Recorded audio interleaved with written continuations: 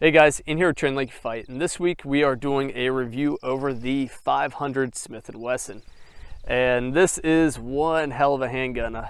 It's kind of ridiculous how large it is, but just about everyone out there has done a review over one of these things, and I was finally able to get my hands on one. This does not belong to me. This is a loaner, but I have a friend that owns this monster, and he said I could take it for a day to bring you guys a review on it. So to date, I only have about 30 rounds for this guy, and I really don't plan on shooting much more than that because this guy is not very pleasant to shoot by any means. It's actually very unpleasant to shoot. Every time I shoot it, I usually have kind of a weird vibrating sensation in my hands, and my wrist is usually really sore the day after shooting it. I mean, just for a little size comparison, just to show you how large this round is. Here is the 500 Smith & Wesson. This is a 300 grain round from Hornady. This is a 40 or 45 long Colt, and then we also have a 45 ACP right here. So extremely large round, very heavy round. So I'm not really going to do a really in-depth review on the handgun. Just about everyone out there has done a review over the 500 Smith & Wesson, and really there's not a whole lot that's super special to this thing over other Smith & Wesson revolvers. I mean, the only thing that's got really going for it is it's got this ported end on it, and it's gigantic. It weighs a little less than 4.5 pounds. So there are rifles that weigh less than that, and you definitely feel it, especially in the barrel, which is where a lot of that weight sits, and in the cylinder, obviously. This version is the 8-inch barreled version. Its total length is 16 inches, so it's a very, very large handgun.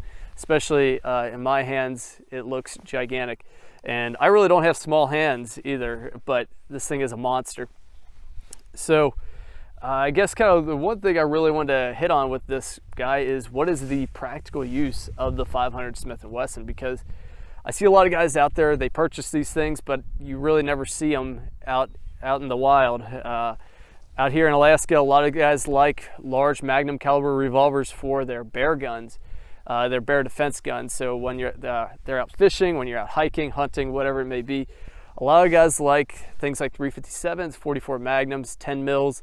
I've seen guys with 9 mils when they just carry large stick mags in them, more of that accuracy through volume concept, but large magnum caliber revolvers tend to be the go-to. So why not the 500 Smith? Well, there are a lot of reasons. I don't think the 500 Smith is a very good bear defense gun, and there's a lot of reasons I don't think it's a very good gun in general, any practical applications. So for one, let's just talk about size. Well, like I said, 16 inches overall length and a little less than 4.5 pounds.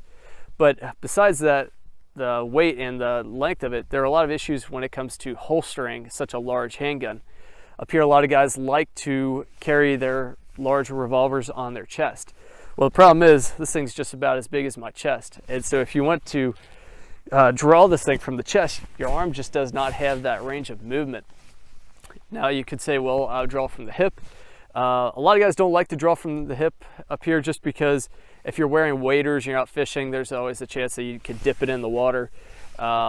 It's much more secure sitting on your chest, keep it out of the brush and everything. But the issue also with putting it on the hip is when you have it on the hip, it's very hard to draw such a long revolver from the hip. And then finally, the only thing that I can really think of, the only good way I could think to draw this is if you did a cross draw style draw with this revolver. And I mean, I don't know if anyone makes a holster out there like that, but I'm sure you could get one made. But then you got to think how large that holster is going to be too. I mean, it's just going to be gigantic for such a large revolver like this. Now I know some of you will probably be like, well, just get a shorter barreled version of it, which is always an option, and that kind of remedies all those issues with holstering. But the other issue is recoil. Recoil on this guy is stout. So I mean, it really does hurt to shoot this gun. The first day I ever took it out, I only shot 15 rounds through it, and I could feel it in my wrist for about a week. And then also, just every time you take a shot with the thing, you feel like your hand's just vibrating from every shot you take. And you guys could see in the video that this gun likes to push me around. It's definitely not a small round, and I'm a pretty small guy, and so this big 300 grain round really likes to push me around, and it's just an unpleasant gun to shoot. So you could think about if you were trying to shoot a charging bear with this large this monster of a handgun, you got to think that if you miss your first round, it's going to take you a long time to get back on target. If you guys could see in the video, it takes me a second to get back on target. And I'm usually not stiff arming this gun just because I'm trying to soak up that recoil, or at least as much of it as I can. But it's snappy. It's very hard to keep it on target because of how nasty the recoil is. But then also, it's such a heavy handgun. It's very hard to keep the sights perfectly leveled. You kind of have to level the sights, versus you can't really push out with this gun because it is so heavy. It's very front heavy. I mean, you can feel it when you're holding it. It likes to, especially with this 8-inch version, you can feel it pulling down and towards the front.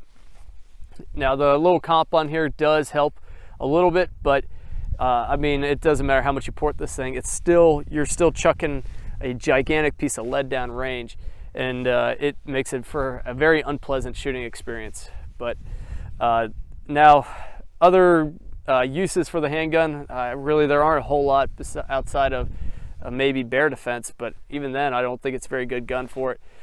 For me, I think it's, for the most part, it's just a range toy. That's all this guy is. I think Smith & Wesson really just made this as something to draw attention, and it has done that, that's for sure.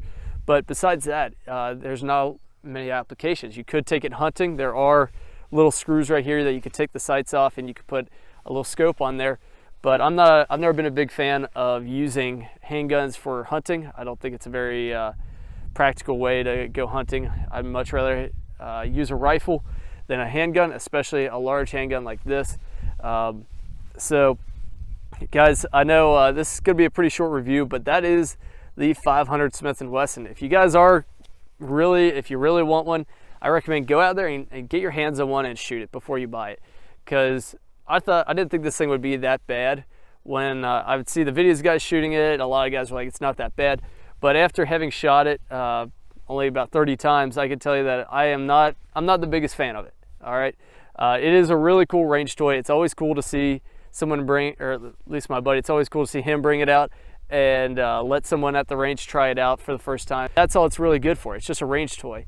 I can't stress enough how unpleasant this thing is to shoot. I've shot a lot of Magnum caliber handguns, and this one is by far the most unpleasant to shoot.